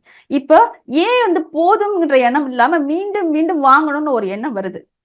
நம்ம எல்லாருமே ஒரு முத்திரையோட தான் வந்திருக்கோம். மாதிரி சொல்றாங்க, இயற்கை பிறக்கும் போதே எல்லாருக்கும் கையில ஒரு முத்திரையை கொடுத்து அனுப்பியிருக்கு. என்னது? Return ticket. என்னைக்குனாலும் ஒரு நாள் போக போறோம், அது எப்போன்னு தெரியாது, எப்படி போக போறோம்னு தெரியாது. ஆனா இந்த ரிட்டர்ன் டிக்கெட் இருக்குன்னா நம்ம எவ்வளவு நாளைக்கு இருக்க போறோம், அந்த இருக்கிற வரை நமக்கு எவ்வளவு தேவை, நம்மளோட குழந்தைங்களுக்கு எவ்வளவு தேவை, அதுக்கு மேல அதிகமா இருக்கிறத மத்தவங்க நல்லதுக்காக பயன்படுத்தலாமே. ஏன் இந்த எண்ணம் வரமாட்டேங்குது? அதுக்கும் மகரிஷி காரணம் சொல்றான். ஏன்னா இயற்கை நம்மள படிச்சிருக்கு, மனிதனிடம் நிறைய ஆற்றல் இருக்கு. அதாவது சர்வைவல், என்ஜாய்மெண்ட், பெர்ஃபெக்ஷன். வாழ்றதுக்கு, உயிர் வாழ்றதுக்கு உடல் தேவைகள் தேவை. அடுத்து என்ஜாய்மெண்ட், உலகத்துல நடக்கக்கூடிய இன்பங்களை அனுபவிக்கிறதுக்கு வேணும். அடுத்தது பெர்ஃபெக்ஷன், நம்மளுடைய அறிவு முழுமையடைந்து இறைநிலையை உணர்றது. இத்தகைய அமைப்பில் தான் மனிதன் அமைக்கப்பட்டிருக்கான். இப்ப நம்ம என்ன பண்றோம்? ஏதாவது சின்ன சின்ன பொருள்கள் மேல ஆசையை வைக்கிறோம். வைக்கிறப்போ மீண்டும் வேண்டும் வேண்டும் வேண்டும்ன்ற எண்ணம் தான் நமக்கு தோணிட்டே போகுது. இப்ப ஆத்துல வெள்ளம் வருது, அதை வெட்டி ஒரு குளத்திலயோ குட்டையிலயோ விடுறோம். என்ன பண்ணுவோம்? நிறைஞ்சு வலிஞ்சு போயிட்டே தான் இருக்கும். அதே மாதிரி போதும் என்ற மனம் வராது. எப்போ உள்ளதை உணர்ந்து நல்லதை செய்து அல்லதை விடுறோமோ அப்பதான் அங்க அமைதி கிடைக்கும்னு சொல்றாங்க. இப்ப சில பேர் சொல்லுவாங்க, நான் 7 தலைமுறைக்கும் சொத்து சேர்த்து வச்சுட்டப்பா, என் தலைமுறையெல்லாம் கஷ்டமே பட மாட்டாங்க. அதுக்கு ஒரு காரணம் சொல்றாங்க பாருங்க மகரிஷி. சேர்த்து வச்சுட்டு போறாங்க இல்லையா? அப்போ அவங்க சேர்த்து வச்ச அந்த பணம் அடுத்த தலைமுறை எப்படி பயன்படுத்துவாங்க? அதாவது ஒரு செவிலி தாயிட்ட ஒரு தாசி கேக்குறாங்க, இது என்னம்மா வாழ்க்கை? பணத்தையும் கொண்டு நம்மள்ட்ட கொட்டுறாங்க, காலையும் விழுகிறாங்களே அப்படின்னு கேக்குறாங்க. அப்ப அவங்க செவிலித்தாய் ஒரு பாடல் சொல்ற மாதிரி இருக்குது. செம்மையில் அறம் செய்யாதார் திரவியம் சிதற வேண்டி நம்மையும் கல் சூது நான்முகன் படைத்தவாறே. யோசிச்சு பாருங்க, நம்மையும்ங்கிறது தாசி கொளுத்தம். அப்போ சேர்த்து வச்ச பணம் பூரா என்ன பண்ணுது? அடுத்த தலைமுறைக்கு உரிய ஒழுக்கத்தை கொடுக்காது, பழி பாவத்தை தான் சேர்க்கும் அப்படின்னு மகரிஷி சொல்றாங்க. எவ்வளவு உண்மையான விஷயம் பாருங்க. நம்ம சேர்த்து வச்சுட்டு போறோம், ஆனா அப்படி இல்லாம எனக்கு இது போதும். இப்ப 5 கோடி இருக்கா, என்னோட செலவுக்கு எவ்வளவு வேணும்? ஒரு 2 கோடி போறோம், என்னோட குழந்தைங்களுக்கு போதும். மீதி இருக்க பணத்தை என்னால முடிஞ்ச அளவுக்கு எனக்கும் அடுத்தவங்களுக்கும் செய்யறேன். அப்படி செய்யறப்ப அங்க மனசுல என்ன தோணும்? ஒரு தன்னிறைவு. எங்க அந்த செல்ஃப் சாட்டிஸ்பேக்ஷன் வருதோ அங்கதான் அமைதியும் இருக்கும். மகிழ்ச்சியா தான் சொல்றாங்க, இந்த அமைதியும் சாட்டிஸ்பேக்ஷனும் அமைதியும் ரெண்டும் ஒண்ணா இருக்கும், வேற கிடையாது. ரெண்டும் ஒரே இடத்துலதான் உருவாக முடியும். எப்படின்னு சொல்லி இப்போ நம்ம சொன்னோம் இல்லையா, அறிவு முழுமை அடைதல். இப்ப குளத்துலயும் குட்டையிலையும் தண்ணியை திருப்பி விட்டோம்னா வலிஞ்சு வலிஞ்சு வருது. ஆனா அதே இத கடல்ல போய் விட்டோம்னா என்ன ஆகும்? கடல்ல அந்த வெள்ளம் பூரா போய் சேர்ந்தா வெளியில வருமா? அதுலயே அடங்கிடும் இல்லையா? அதே மாதிரிதான் நம்மளுடைய அறிவு இறைநிலையை நோக்கி, இறைநிலையை உணர ஆரம்பிச்சு அப்படின்னு சொன்னா கண்டிப்பா மீண்டும் வேண்டும் வேண்டும் என்பதை நோக்கி ஓடாது. உள்ளதை உணர்ந்துட்டு நல்லதை செஞ்சு அல்லதை விடுறதுக்கு பழகிடும். சரி, இதெல்லாம் கரெக்ட் தான். அது மகரிஷி அழகா ஒரு விஷயம் சொல்றாங்க பாருங்க. இப்போ மகரிஷி இதெல்லாம் சொல்றாங்க, இது ஒரு இன்ஃபர்மேஷன், போதனை, காதுல கேட்டுட்டோம். அது இன்ஃபர்மேஷனை கேட்டுட்டோம் அப்படின்னு சொன்னா அது கன்ஃபர்மேஷனா மாறணும். சொல்லால் மட்டும் நம்பாதே, சுயமாய் சிந்தித்தே தெளிவாய். நம்ம ஆராய்ச்சி பண்ணி இவர் சொல்றாரு, இப்ப இதெல்லாம் கரெக்டா அப்படின்னு நம்ம லைஃப்ல அப்ளை பண்ணணும். Implementation is the life. வாழ்க்கையில அப்ளை பண்ணுனாதான் இது சரியா தவறாங்கிறது நமக்கு கிடைக்க வரும். அப்போ இன்ஃபர்மேஷன் எப்ப கன்ஃபர்மேஷனா மாறுதோ அப்பதான் டிரான்ஸ்ஃபர்மேஷன் வரும். ஓகேவா? இப்போ ஒரு ஹஸ்பண்ட் என்ன பண்ணிருக்காரு, ஒய்ஃபை ஆன்மீக சொற்பொழிவு கூட்டிட்டு போயிருக்காரு. போயிட்டு அங்க போய் எல்லா ஸ்பீச் கேட்டாச்சு, அமைதியான சூழ்நிலை. வெளியில வர்றாங்க, வந்த உடனே அந்த மனைவி செருப்பம் மாட்டும் போதே சொல்றாங்க, ஏங்க பிரபஞ்சத்துல உள்ள தூசுக்கு தூசு எல்லாம் கூட மாறலாம், ஆனா உங்க அம்மா மட்டும் மாறவே மாட்டாங்க அப்படின்னு சொல்றாங்க. அவர் அப்படி ஷாக்காய் நிக்கிறார். அதான் மகிழ்ச்சி சொல்றாங்க, வெறும் இன்ஃபர்மேஷனா மட்டும் எடுத்துக்கிட்டா அங்க கன்ஃபர்மேஷனும் கிடைக்காது, டிரான்ஸ்ஃபர்மேஷனும் கிடைக்காது. டிரான்ஸ்ஃபர்மேஷன்ங்கிறது metamorphosis, complete change of form. அப்ப நம்ம எப்ப உள்ள எடுத்தது ஆராய்ச்சி கொடுத்து விழிப்பு நிலையோட ஒவ்வொரு விஷயத்தையும் லைஃப்ல அப்ளை பண்றோமோ அங்கதான் நமக்கு மாற்றம் வரும். இப்போ ஏன் கேட்டீங்கன்னா, பதிவுகள் அப்படி வாங்கிட்டு வந்திருக்கோம். அப்படிலாம் இல்ல, எனக்கு வேண்டாம், நான் ஜஸ்ட் இன்ஃபர்மேஷனாவே வச்சுக்கிறேன் அப்படின்னு நினைச்சோம் அப்படின்னு சொன்னா மீண்டும் மீண்டும் இந்த வினைகள்ல தான் என்ன பண்ற மாதிரி இருக்கும், உருண்டு உருண்டு வர்ற மாதிரி இருக்கும். ஏன்னா வினைக்கடல் சொல்லுவாங்க இல்லையா, திருமந்திரத்துல ஒரு பாட்டு இருக்கு, திளைக்கும் வினைக்கடல் தீர்வுறு தோணி இளைப்பினை நீக்க இரு வழி உண்டு, கிளைக்கும் தனக்கும் அக்கேடில் முதல்வன் விளைக்கும் தவ அறம் மேற்துணையான்.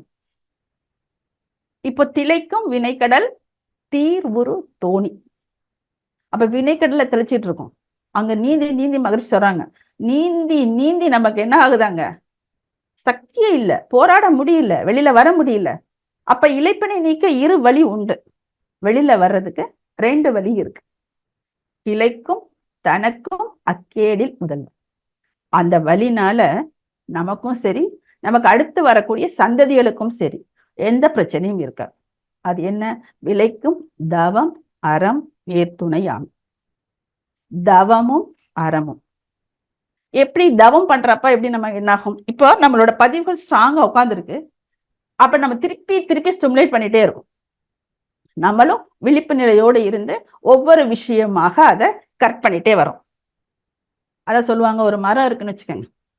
மரத்துல இருக்க அந்த கிளைகளை எல்லாம் வெட்டிடும். வெட்டிட்டாலும் அந்த மரம் என்ன பண்ணும்? மீண்டும் மீண்டும் துளுத்துக்கிட்டே வரும் இல்லையா?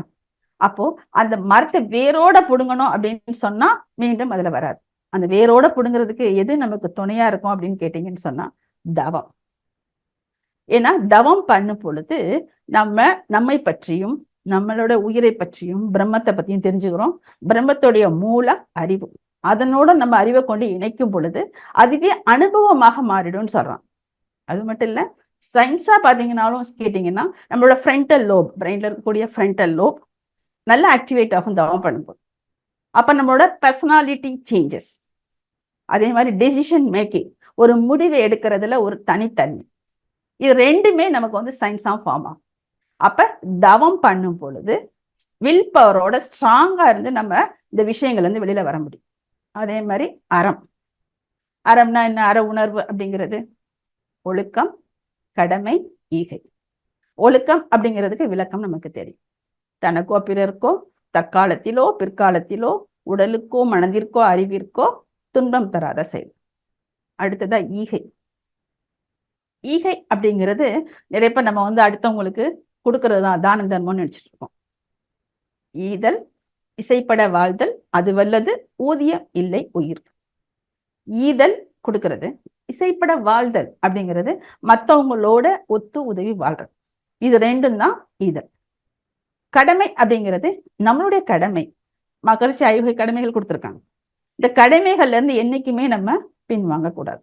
அப்போ தவம் பண்ணி அறவாழ்வு வாழ்ந்தோம் அப்படின்னு சொன்னா நமக்கு என்ன இருக்கும்? நிச்சயமாக ஒரு தெளிவான நிலை கிடைக்கும். எப்படி வந்திருக்கும்? இந்த உள்ளதை உணர்தல் சொல்றாங்க இல்லையா? நம்மள்ட்ட உள்ளதுல என்ன? ஆற்றலும் இருக்கு, அதே நேரத்துல பதிவுகளும் இருக்கு. அப்ப அந்த ஆற்றலை பயன்படுத்தி அந்த பதிவுகள்ல இருந்து எப்படி வெளியில வர? அது வெளியில வரணும்னா என்ன பண்ணணும்? உள்ளதை உணர்ந்து நல்லதை செய்து அல்லதை நம்ம விடணும். சரி, நமக்கு எங்கே நிம்மதி அப்படின்னு தேடுறோம் இல்லையா? எங்க நிம்மதி இருக்கு? வெளியில போய் தேடினா கிடைக்குமா? இருக்கும் இடத்தை விட்டு இல்லாத இடம் தேடி எங்கெங்கோ அலைகிறாய் ஞானத்தங்கமே. அவ பழைய காலத்துல ஒரு பாட்டை எழுதி வச்சுட்டு போயிருக்கான். நமக்குள்ள இருக்கு நிம்மதி. உள்ள தேடாம வெளியில தேடணும்னா நிச்சயமா அது கிடைக்காது. அது இயேசுபிரான் சொல்றாங்க, don't seek but see it is within you as you. தேடாத, வெளில தேடாத, உனக்குள்ள இருக்கு. யாரா இருக்கு? நீயா தான் இருக்க. அப்ப நமக்குள்ள இருந்து நமக்கு நிம்மதி கிடைக்கல அப்படின்னு சொன்னா வெளியில இருந்து எங்கேயுமே நமக்கு கிடைக்காது. நம்ம சில நேரம் சொல்லுவோம்ல, அவனால என் நிம்மதி போச்சு, அவன் அதை செஞ்சனாலதான் என் நிம்மதி போச்சு. அதெல்லாம் கிடையாது. அடுத்தவங்களால நம்ம நிம்மதி போகவே கிடையாது. அது மகிழ்ச்சி சொல்றாங்க. அடுத்தவங்கள்ட்ட இருந்து நம்ம எதிர்பார்த்துக்கிட்டே இருந்தோம்னா எப்போதுமே நமக்கு நிம்மதி நிச்சயமாக கிடைக்காது. அப்ப நமக்குள்ள மட்டும்தான் அந்த நிம்மதி இருக்கு. அப்ப உள்ளதை, மகிழ்ச்சினா உள்ளதை உணர்ந்து, உங்கள் அமைப்பை உணர்ந்து, உங்ககிட்ட என்ன ஆற்றல் இருக்கு, இந்த ஆற்றலை எப்படி நாம் பெருக்கிக் கொள்வது, பெருக்கி கொண்ட ஆற்றலை மற்றவர்களுக்கு எப்படி பயனுள்ளதாக மாற்றுவது. நல்லா யோசிங்க. நமக்குள்ள இருக்கக்கூடிய ஆற்றலை உணர்றோம். அந்த ஆற்றல் எப்படி இருக்கலாம்? உடல் வலிவா இருக்கலாம், பொருளாதாரமாக இருக்கலாம், செல்வாக்காக இருக்கலாம், அறிவாக இருக்கலாம், எதுவா வேணாலும் இருக்கலாம். எல்லாருக்கும் அந்த அமைப்பு இருக்கு. அப்ப இருக்கிற ஆற்றலை எப்படி நான் அதிகமாக்கி கொள்வது, அதிகமாக்கி கொண்ட ஆற்றலை மற்றவர்களுக்கு எப்படி பயனுள்ளதாக மாற்றுவது. அப்ப என்ன இருக்கும் மனசுல? ஒரு தன் நிறைவு. நான் கொடுக்குறேன் அடுத்தவங்களுக்கு. அப்ப அடுத்தவங்கள்ட்ட எதிர்பார்க்கல, நான் கொடுக்குறேன். அப்ப முழுமையா என்ன? செல்வந்தர்கள் ஆயிடும். அப்ப நமக்கிட்ட இருக்கக்கூடிய ஆற்றலை அதிகப்படுத்தி அடுத்தவங்களுக்கு சமயம் சந்தர்ப்பம் வாய்க்கும் போதெல்லாம் உதவி பண்ண ஆரம்பிச்சோம்னு சொன்னா மீண்டும் மீண்டும் செய்யணுங்கிறது தான் நமக்கு தோண ஆரம்பிக்கும். அப்ப அதற்காக நம்மளோட திறமையை மாற்றி நம்ம வளர்க்க ஆரம்பிப்போம். அப்ப அங்க என்ன கிடைக்கும்? மன நிறைவும் அமைதியும் நமக்கு கிடைக்குமா இல்லையா? இப்ப இங்க ஒரு சந்தேகம் வரலாம். இப்ப நம்ம எப்படி நினைச்ச உடனே உள்ளதை உணர்ந்து நல்லதை செய்து அல்லதை விட முடியுமா? நிச்சயமா முடியாது. நினைச்சோன்னு முடியாது. அதற்கு என்ன வேணும்? தொடர்ந்த பயிற்சி வேணும், முயற்சி வேணும். ஒரு வில் பவரோட நம்ம கண்டிப்பா நான் இதை சாதிச்சிருவேன் அப்படிங்கிற மாதிரி நம்ம பண்ணிட்டு தொடர்ந்து முயற்சி பண்ணோம்னா கண்டிப்பா நம்மளால முடியும். இப்போ ஒரு வில்லுல அம்பு வைக்கிறாங்க இல்லையா, வைக்கிறதுக்கு ஒரு 1/2 நிமிஷம் போதும். ஆனா அதற்கு முன்னாடி அதற்கான பயிற்சி எவ்வளவு நாள் எடுத்திருப்பாங்க. அந்த பிராக்டிஸ்ன்னு சொல்லுவாங்க இல்லையா, அந்த பிராக்டிஸ கண்டினியூவா ஒரு விழிப்பு நிலையோட பண்ணணும் அப்படின்னு சொன்னா ஒரு ஃபிராக்ஷன் ஆஃப் செகண்ட் நம்ம எந்த விஷயத்தையுமே ஃபாலோ பண்ணிட்டு நம்மளால போக முடியும். இப்ப நம்ம எல்லாம் இப்ப ஒரு விழிப்பு நிலை இருக்க நம்ம யோசிக்கவே இல்லை. இப்ப நாமும் சரி விழிப்பு நிலையில இருக்கிறோம். இருந்துட்டு என்னட்ட இருக்கக்கூடிய பதிவுகளை, தீய பதிவுகளை மீண்டும் ஆழப்படுத்திக் கொள்ள மாட்டேன். அதற்கு மேலாக நல்ல பதிவுகளை போட்டு நான் என்னோட ஆகாமிய கர்மத்தை நல்ல விதமாக பிராரப்த கர்மமாக ஆக்கி அதை நாம் என்னுடைய குழந்தைகளுக்கு சஞ்சித கர்மமாக கொடுப்பேன் அப்படின்னு ஒரு சங்கல்பம் எடுத்துக்கிட்டு தொடர்ந்து நம்ம அதை நல்ல விதமாக பிராக்டிஸ் பண்ணோம் அப்படின்னு கேட்டா கண்டிப்பா நம்மளால இதை சாதிக்க முடியும். அதுக்கு ஒரே ஒரு விஷயம்தான், தொடர்ந்த முயற்சி, பயிற்சி. உங்கள் அனைவருக்கும் நீங்க எல்லாருமே இதை கண்டிப்பா நம்மளால ஃபாலோ பண்ண முடியும். நம்ம எல்லாருமே மகர்ஷியோட சிஷ்யர்கள். அதனால கண்டிப்பா அவர் வழியில நின்று தினந்தோறும் தவம் பண்ணி இந்த விஷயத்தை தொடர்ந்து பின்பற்றோம்னா கண்டிப்பா எல்லா விஷயங்கள்ல இருந்தும், அதாவது உள்ளதை உணர்ந்துட்டு நல்லதை செஞ்சு அல்லதை நம்மால் விட முடியும். அதன் மூலம் வாழ்நாள் முழுவதும் தன்னிறைவு பெற்று நிம்மதியாக வாழ முடியும். அப்படி என்ற உணர்வோடு இந்த உரையை நிறைவு செய்கிறேன். நீங்களும் உங்கள் அன்பு குடும்பமும் இறையருளும் குருவருளும் பெற்று என்றும் வாழ்நாளில் நிம்மதியாக வாழ வேண்டும் என்ற நினைவோடு இந்த சிந்தனையை நிறைவு செய்கிறேன். வாழ்க வாழ்க. தற்போது கேள்வி பதில் நிகழ்ச்சிக்குள் செல்லலாம். அம்மா அவர்கள் அன்பர்களின் கேள்விகளுக்கு சிறப்பான பதிலினை அளிக்க இருக்கின்றார்கள். கேள்வி கேட்க விரும்பும் அன்பர்கள் கை சின்னத்தை உயர்த்தும் போது அவர்களுக்கான வாய்ப்பு வழங்கப்படும் என்பதை அன்போடு தெரிவித்துக் கொள்கின்றோம். வாழ்க வளமுடன். முதலாவது அன்பராக நங்கநல்லூரிலிருந்து பேராசிரியர் ராஜாராமன் ஐயா அவர்கள். வாழ்க வளமுடன் ஐயா. வாழ்க வளமுடன் ராஜாராமன் ஐயா. வாழ்க வளமுடன். கிருபாநிதி அம்மா அவர்களை அன்போடு அழைக்கின்றோம். வாழ்க வளமுடன்மா. ஆமா, வாழ்க வளமுடன்மா. சந்தியம்மா வாழ்க வளமுடன். வாழ்க வளமுடன் ஐயா. வாழ்க வளமுடன். அம்மா, உங்களுடைய ஸ்பீச் ரொம்ப நல்லா இருந்தது. இப்ப சந்திராமா அழகா சொல்லிட்டாங்க அது எப்படின்னு. சரி, அது இப்ப நீங்க சொன்னதுலமா இப்ப எண்ணங்களை வலிமைப்படுத்துதல், உன்னோட எண்ணங்களை வலிமைப்படுத்திக்க அப்படிங்கறத நான் நல்லாவே புரிஞ்சுக்கிட்டேன். எனக்கு நானே நமக்குரிய எப்படி நடக்கணும் அப்படிங்கறத நீங்க அழகா சொன்னீங்க. ஞானம் என்பது அது உணர்வு அப்படிங்கிறதையும் சொன்னீங்கம்மா. ஆனா ஒண்ணுமா, ஒரு நேரம் நல்லவர்களாகவும் சில சமயம் அவர்களே வேறு மாதிரியாகவும் நடக்கிறாங்கன்னு நீங்களே குறிப்பிட்டீங்க. ஆமா. அப்ப அந்த விழிப்பருந்த நம்மளால சில சமயம் நம்ம அதை வளர்க்கறது மாதிரி தெரியுதுமா. அதாவது அவங்க இப்படிதான் இருப்பாங்கன்னு நம்ம முடிவு பண்ணக்கூடாதுக்கு நம்ம அதை என்ன பண்ணலாம்? ஒண்ணுமா. ரெண்டாவது, நம்மிடம் உள்ள ஆற்றலை எப்படி பெருக்கிக் கொள்வது, மற்றவருக்கு சமயம் பார்த்து எப்படி உதவி செய்வது அப்படிங்கிறது ரொம்ப அருமையா இருக்கு. ஆனா சில சமயமா கணவனுக்கு செய்ய வேண்டியதை கணவன் தான் செய்யணும், மனைவிக்கு செய்ய வேண்டிய கடமையை மனைவி தான் செய்யணும், பிள்ளைங்க செய்யறத பிள்ளைங்க தான் செய்யணும், அம்மா செய்யறத அம்மா தான் செய்யணும். ஆனா இதுல கொஞ்ச நேரம் அவங்களுக்குள்ள ஒரு பிரச்சனையோ என்னமா, அது குடும்பமே சுற்றமே பாதிக்குது. இது பல நண்பர்கள் என்கிட்ட சொல்றாங்கம்மா.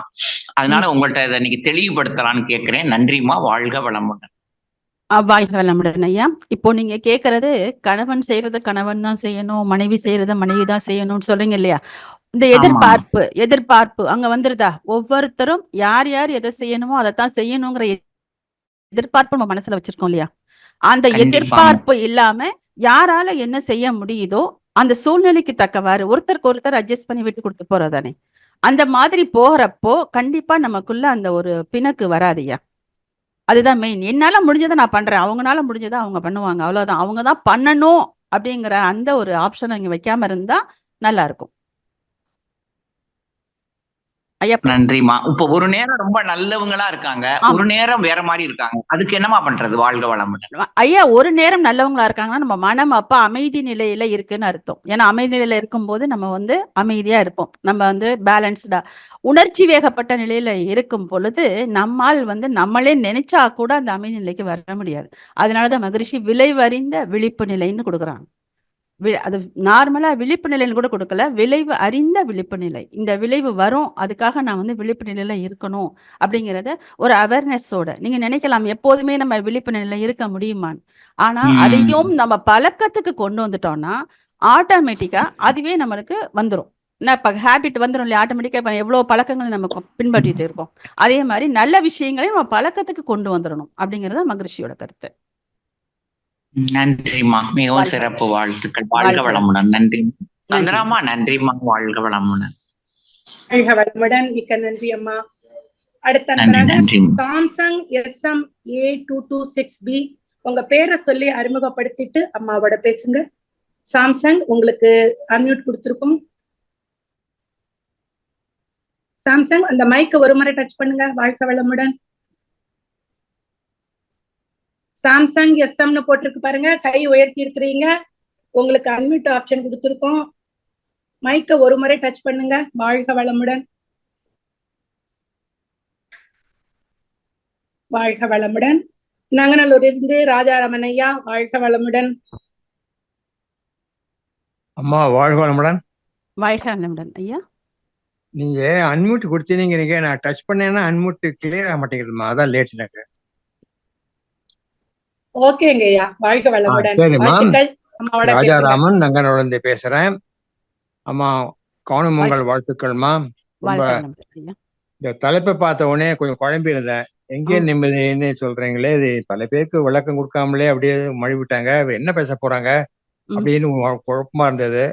உட்காந்து கேட்ட முக்கால் அவரு நல்ல அருமையான குறிப்புகள்லாம் கொடுத்தீங்க.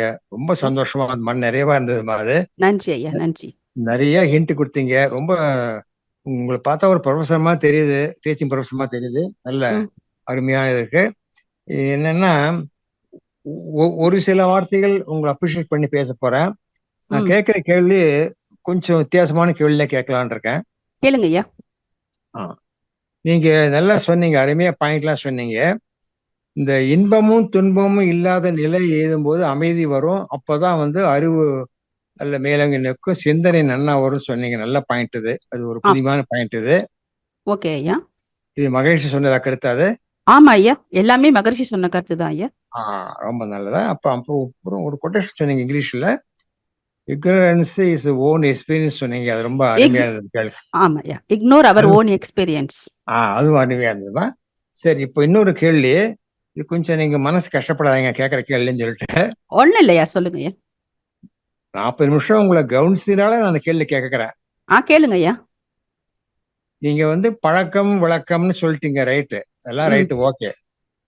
ஆனால் நான் என்ன கவனிச்சேன்னா, இனிமேதான் கொஞ்சம் எனக்கு மனசு கஷ்டமா கேட்கறதுக்கு, இருந்தாலும் கேட்டு விடுறேன்னா.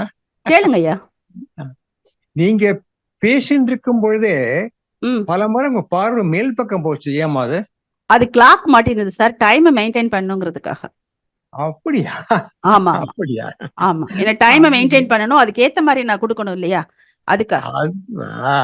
அது நான் நோட் பண்ணினேன், அதுக்கெல்லாம் கேள்வி கேட்டேன். சரி சார், தேங்க்யூ. நீங்க கேட்டதுனால நல்லது, இல்லைன்னா கேட்காம நீங்க ஒரு கற்பனை இருக்கும் இல்லையா, கேட்டதுனாலதானே தெளிவடைஞ்சது, அதுதான். சரிம்மா, ஓகேம்மா, நன்றி.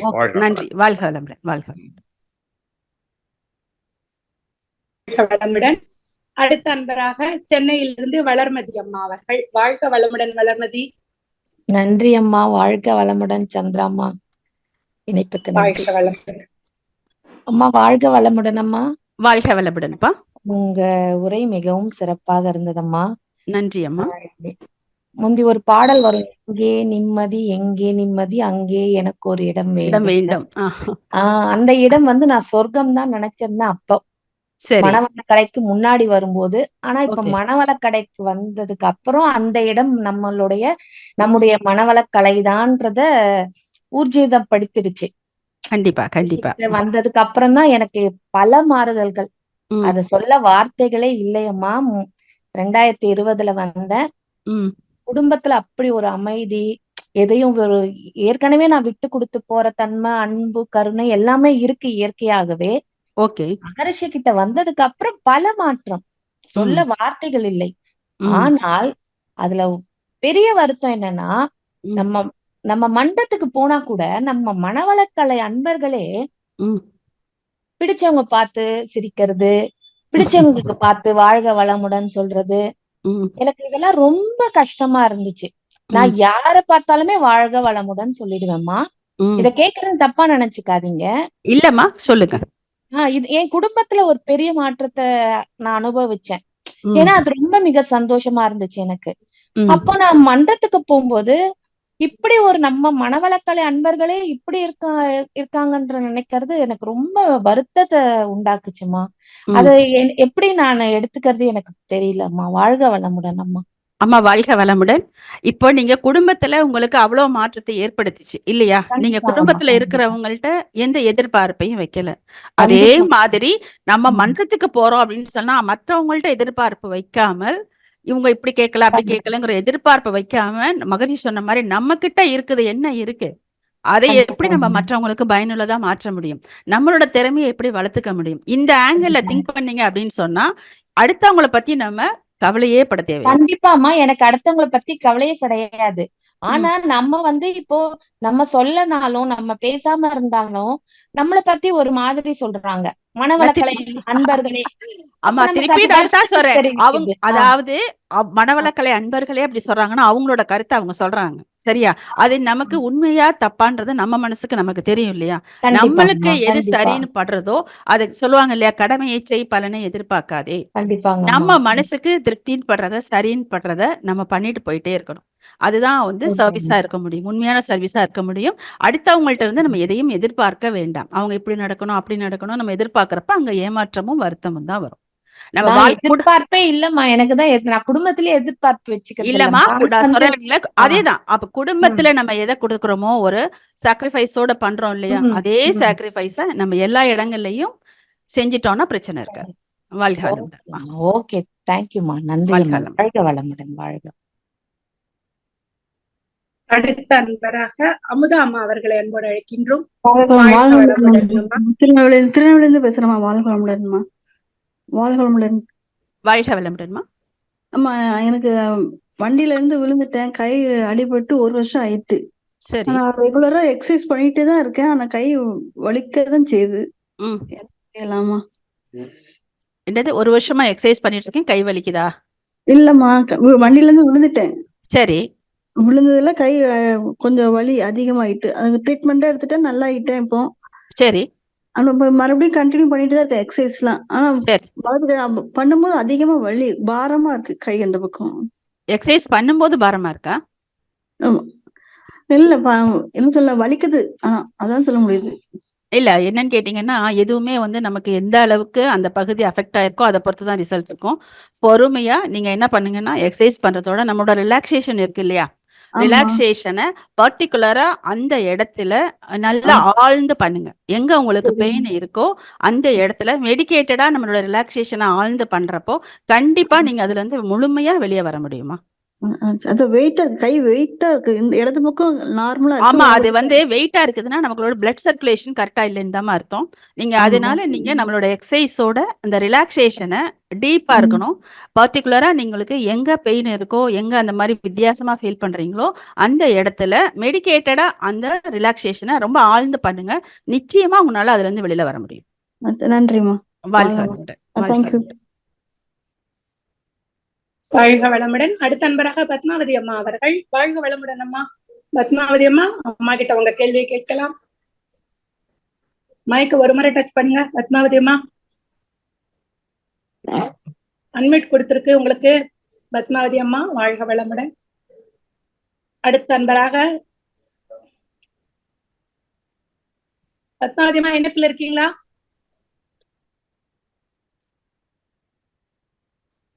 வாழ்க வளமுடன். வாழ்க வளமுடன். அம்மா, சாட் பாக்ஸ்ல நிறைய அன்பர்கள் உங்களுக்கு வாழ்த்து தெரிவிச்சிருக்கிறாங்க. பவித்ரா, திருச்சியிலிருந்து சந்திரன் ஐயா, நாகர்கோவிலிருந்து கோமதி, அரவிந்த், ஜெயலட்சுமி, அர்ஜுனன் பிஹெச்எல், குமாரசுவாமி, பத்மாவதி, வேதநாயகி, முருகேசன், வாசுகி ஸ்ரீனிவாசன், இந்த அன்பர்கள் எல்லாரும் அம்மாவுக்கு சாட் பாக்ஸ்ல வாழ்த்து தெரிவிச்சிருக்கிறீங்க. அம்மா சார்பில் மனமார்ந்த நன்றிகள். வாழ்க வளமுடன். வாழ்த்துக்கள். அடுத்த அன்பராக செவ்வேல் ஐயா அவர்கள். வாழ்க வளமுடன் ஐயா. வாழ்க வளமுடன் அம்மா. மிக்க மகிழ்ச்சி அம்மா. சிறப்பம்மா. அம்மா நீங்க சொன்னீங்க, ரொம்ப சிறப்பா இருந்தது. ஒவ்வொரு கருத்துக்களும் நல்லா இருந்தது. நம்ம குடும்ப உறவினர்கள் கூட நம்ம நிம்மதியா இருக்கணும் தான் நம்ம மனவளக்கலையில மகரிஷி ஐயா கொடுத்த எல்லா பயிற்சியும் நம்ம செய்யறோம். அது நம்மளுக்கு மன மகிழ்ச்சியா இருக்கு. நம்ம சரியாயிட்டோம்னா நம்ம குடும்பத்துல அப்ளை பண்ண சொல்றாரு மகரிஷி ஐயா. நம்ம குடும்ப உறவினர்களுக்கும் சொல்லி தரோம். நீங்க அல்லதை விடுன்னு சொல்றீங்க, நல்லதை செய்யணும்னு சொல்றீங்க. ஆனா குடும்ப உறவினருக்குள்ள நம்ம செய்யக்கூடிய சில கஷ்டங்கள் வரதானா செய்யுது. குடும்ப உறவினர்களுக்குடைய நம்ம செய்யக்கூடிய ஒரு செயல் நல்லதுதான் நம்ம செய்யறோம். ஒரு குழந்தைகளாகட்டும் சரி, குடும்ப உறவினர்கள் ஆகட்டும் சரி, அவங்களுக்கு சொல்லித்தரோம். சொல்லித்தரவங்கள சில டைம்ல அவங்களுக்கு மன சிக்கல்கள் ஏற்படுதுமா. அவங்களையும் நம்ம எடுத்து வந்து மனவளக்கலையிலையும் எடுத்து விடுறோம். நம்ம உறவினர்கள் கூட அந்த அளவுக்கு நம்ம எவ்வளவு தூரம் நெருங்கி போனோமோ முடிய மாட்டுமா. நம்ம மகரிஷி சொல்ற மாதிரி நம்ம சுயமா சிந்தித்து ரியலைசேஷன் அந்த தற்சோதனை பண்ணிட்டும் நம்ம எப்படின்னு பண்ணிக்கிறோம். ஆனாலும் அந்த குடும்ப உறவினர்களுடைய சிக்கல்கள் நீண்டு கொண்டே இருக்குதுமா. அதுல இருந்து என்ன பண்றதுக்கு என்னமா பண்ணலாம்? ஐயா வாழ்க வளமுடன். நீங்க சொல்றது பாத்தீங்கன்னு சொன்னா, நான் ஏற்கனவே சொன்னேன், நம்மளுடைய பதிவுகள், நம்மளோட சஞ்சித கர்மம், பிராரப்த கர்மம், இது ரெண்டும் சேர்ந்து தான் நம்மளை ஆக்டிவேட் பண்ணிட்டு இருக்கும், ஸ்டிமுலேட் பண்ணி அப்பப்ப நம்மளோட செயல்களை தூண்டிகிட்டே இருக்கும். இப்போ நம்மளோட சொல்லுவாங்களே, கடமையை செய் பலனை எதிர்பார்க்காதே. நம்மனால என்ன செய்ய முடியும்? மேல் பதிவு போட முடியும். அடுத்தவங்களுக்கு நான் நல்லது செய்யறேன், அது நல்லதா இல்லைன்ற மாதிரி நீங்க ஃபீல் பண்றீங்க.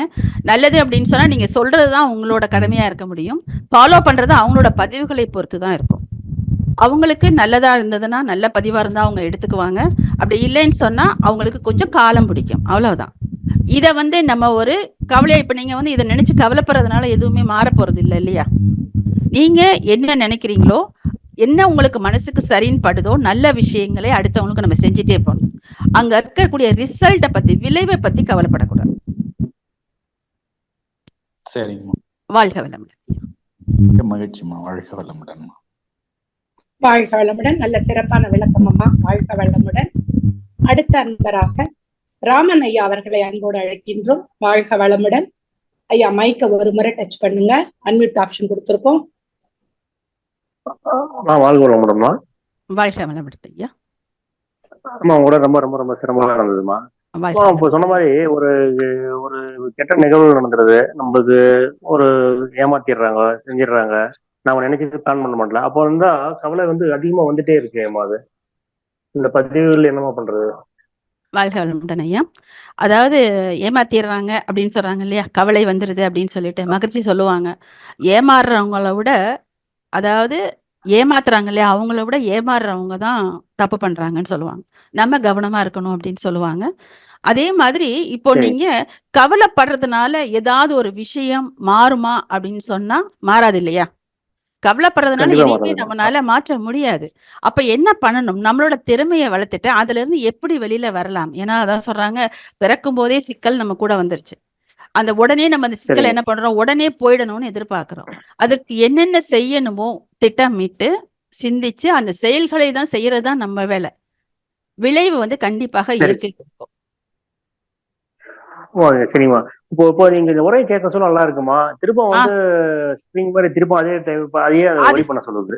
அதுதான் ஏன் வாய்ப்பு சார் சொன்னாங்க பாத்தீங்களா, ஐயா சொன்னாங்க இல்லையா, மகிழ்ச்சி சொல்லியிருக்காங்களா, இன்ஃபர்மேஷனா மட்டும் எடுத்துக்காம அதை நம்ம தினந்தோறும் ஒரு விழிப்பு நிலையில இருந்து கன்ஃபர்மேஷனா மாத்தணும். ஆராய்ச்சி இது கரெக்டா, அப்ப இதை நான் கண்டிப்பா என் வாழ்க்கையில ஃபாலோ பண்ணணும் அப்படிங்கிறதுக்காக நம்ம மீண்டும் மீண்டும் அந்த பழக்கத்துக்கு கொண்டு வரதுக்கு கொஞ்சம் எஃபர்ட் போட்டுதான் ஆகணும். ஏன்னா நமக்கு ஒரு புதுசா ஒரு பழக்கத்தை கொண்டு வரப்ப நம்ம பிரெயின்லயே ஒரு பிசிக்கல் சேஞ்ச் நடக்கும். புதுசா ஒரு நியூரல் கனெக்ஷன் வரும். அது முதல் தடவை வர்றப்ப கொஞ்சம் கஷ்டமா இருக்கும். பழக்கத்துக்கு கொண்டு வந்துட்டோம் அப்படின்னு சொன்னா ஆட்டோமேட்டிக்கா நமக்கு ஈஸி ஆயிடும். இப்போ ஒரு வண்டி கத்துக்கிறோம்னு சொன்னா முதல்ல கஷ்டமா இருக்கும் இல்லையா? கத்துக்கிட்டதுக்கு அப்புறம் ஈஸியா நம்ம பேசாம போவோம் இல்லையா? அதே மாதிரிதான் முதல்ல எல்லாமே கஷ்டமா தான் இருக்கும். அதை பழக்கத்துக்கு கொண்டு வந்துட்டோம் அப்படின்னு சொன்னா ஈஸியா நம்ம அந்த பாதையில வாழ்ந்துட்டு போயிட்டே இருக்கலாம். வாழ்க வளமுடன். ஆமா, சரி, நன்றி நன்றிம்மா, சிறப்புமா. வாழ்க வளமுடன். வாழ்க வளமுடன். நன்றி. நிறைவா நண்பராக பத்மாவதி அம்மா, வாழ்க வளமுடன். வாழ்க வளமுடன்மா. வாழ்க வளமுடன் அம்மா. நானும் பொங்கல் நல்வாழ்த்துக்கள்மா 2 பேத்துக்குமே. தேங்க்யூமா. அம்மா, என்னோட டவுட் என்னன்னா, எதிர்பார்ப்பு வேண்டான்னு சொல்றீங்க. நான் ஒரு 15-20 வருஷமா மனவள கலையில பயிற்சி எடுத்துட்டு பயிற்சி எல்லாம் செஞ்சுட்டு தாங்கம்மா இருக்கேன். சரி. எங்க வீட்டுல எங்க வீட்டுக்காரர் ரெண்டு தடவை எஃப்சி ஃபவுண்டேஷன் கோர்ஸ் எடுத்துக்கிட்டாரு. அவர் அவருக்கு பிடிச்ச எக்ஸசைஸ் செய்வாருங்கம்மா. நீங்க காயகல்ப பயிற்சி மட்டும் 2 நேரம் தவறாம செய்யுங்க அப்படின்னு சொல்லி நான் கேட்டா கூட அவங்க அத செய்யறது இல்லைங்கம்மா. அவங்க எதிர்பார்ப்பு, என்னோட எதிர்பார்ப்புங்கிறத தாண்டி அவர் உடல் நலத்துல அக்கறை இருக்கு, அதனாலதான் நான் சொல்றேன் அப்படின்னு சொல்லி அவங்க புரிஞ்சுக்காம செய்யாம இருக்காருங்கம்மா. வாழ்த்திட்டு வரீங்கம்மா. அதுக்கு என்ன கவலைப்படுறது இல்லைங்கம்மா. இப்ப கவலைப்படுறத விட்டுட்டேங்கம்மா. சரி, அது என்னங்கம்மா பண்றது? தீர்வு தாங்கம்மா எனக்கு வேணும். இல்ல, இதுல நீங்க சொன்ன மாதிரி நீங்களே வாழ்த்திட்டு வரேன்னு சொல்றீங்க இல்லையா? மகரிஷி எதாலையும் முடியாதது வாழ்த்தால முடியும்ன்றாங்க. மந்திர ஒளி வாழ்த்து இல்லையா? இப்ப நீங்க அத மனசார தவம் பண்ணி முடிக்கிறப்ப நீங்க அவரை என்ன பண்ணணும்னு நினைக்கிறீங்களோ அந்த எண்ணத்தை அப்படியே மனசுல நினைச்சுக்கிட்டு ஆழ்ந்து வாழ்த்தும் பொழுது அந்த எண்ணத்தோட அவர் மனசுல போய் பதியும். கண்டிப்பா அந்த எண்ணத்தோட பதியிறப்ப ஆட்டோமேட்டிக்கா ஒரு காலம் வரப்ப அவங்க மாறிடுவாங்க. ஏன்னா நம்ம சொல்லி கேட்கல அப்படின்னு சொன்னா அடுத்த ஆப்ஷன் நமக்கு வாழ்த்து தான். சொல்றதையும் நான் என்ன சொல்றேன்னா, அதை ஒரு சொல்ற விதம்னு ஒண்ணு இருக்குன்னு சொல்லுவாங்க இல்லையா? ஒவ்வொரு விஷயத்தையுமே ஸ்மூகமாவும் சூட்சமாவும் ஹேண்டில் பண்ணணும்னு சொல்லுவாங்க. அப்ப எப்படி சொன்னா அவங்க ஏத்துக்குவாங்களோ அந்த மாதிரி நமக்கு வே ஆஃப் டாக்கிங் அப்படி இருந்தா நல்லா இருக்கும். அடுத்ததான் நம்மளுடைய வாழ்த்து. மகரிஷி அருமையான ஒரு விஷயம் கொடுத்துருக்காங்க நமக்கு. அதை பண்றப்போ நல்லா ஆழ்ந்து வாழ்த்துங்க. என்ன செய்யணும்னு நினைக்கிறீங்களோ அதை விசுவலேஷனா கொண்டு அப்படியே வாழ்த்தி பாருங்க. கண்டிப்பா அது நடைமுறைக்கு வரும். வாழ்க வளமுடன். சரிங்கம்மா, ரொம்ப நன்றிங்கம்மா. வாழ்க வளமுடன். சிந்தனை வரை ரொம்ப நல்லா இருந்துச்சுங்கம்மா. ஒரு சிந்தனை விருந்துன்னு சொல்லாங்கம்மா. எல்லாருமே வீட்டுல இன்னைக்கு கறி நாள்னால விருந்து சமைச்சு சாப்பிடுவாங்க. ஆனா இதுதான் எங்களுக்கு விருந்துங்கம்மா. எனக்கு என்ன பொறுத்த வரைக்கும் இன்னைக்கு வாழ்க வளமுடன். வாழ்க வளமுடன். நம் கடமை அறவாழ்வின் நாட்டத்தே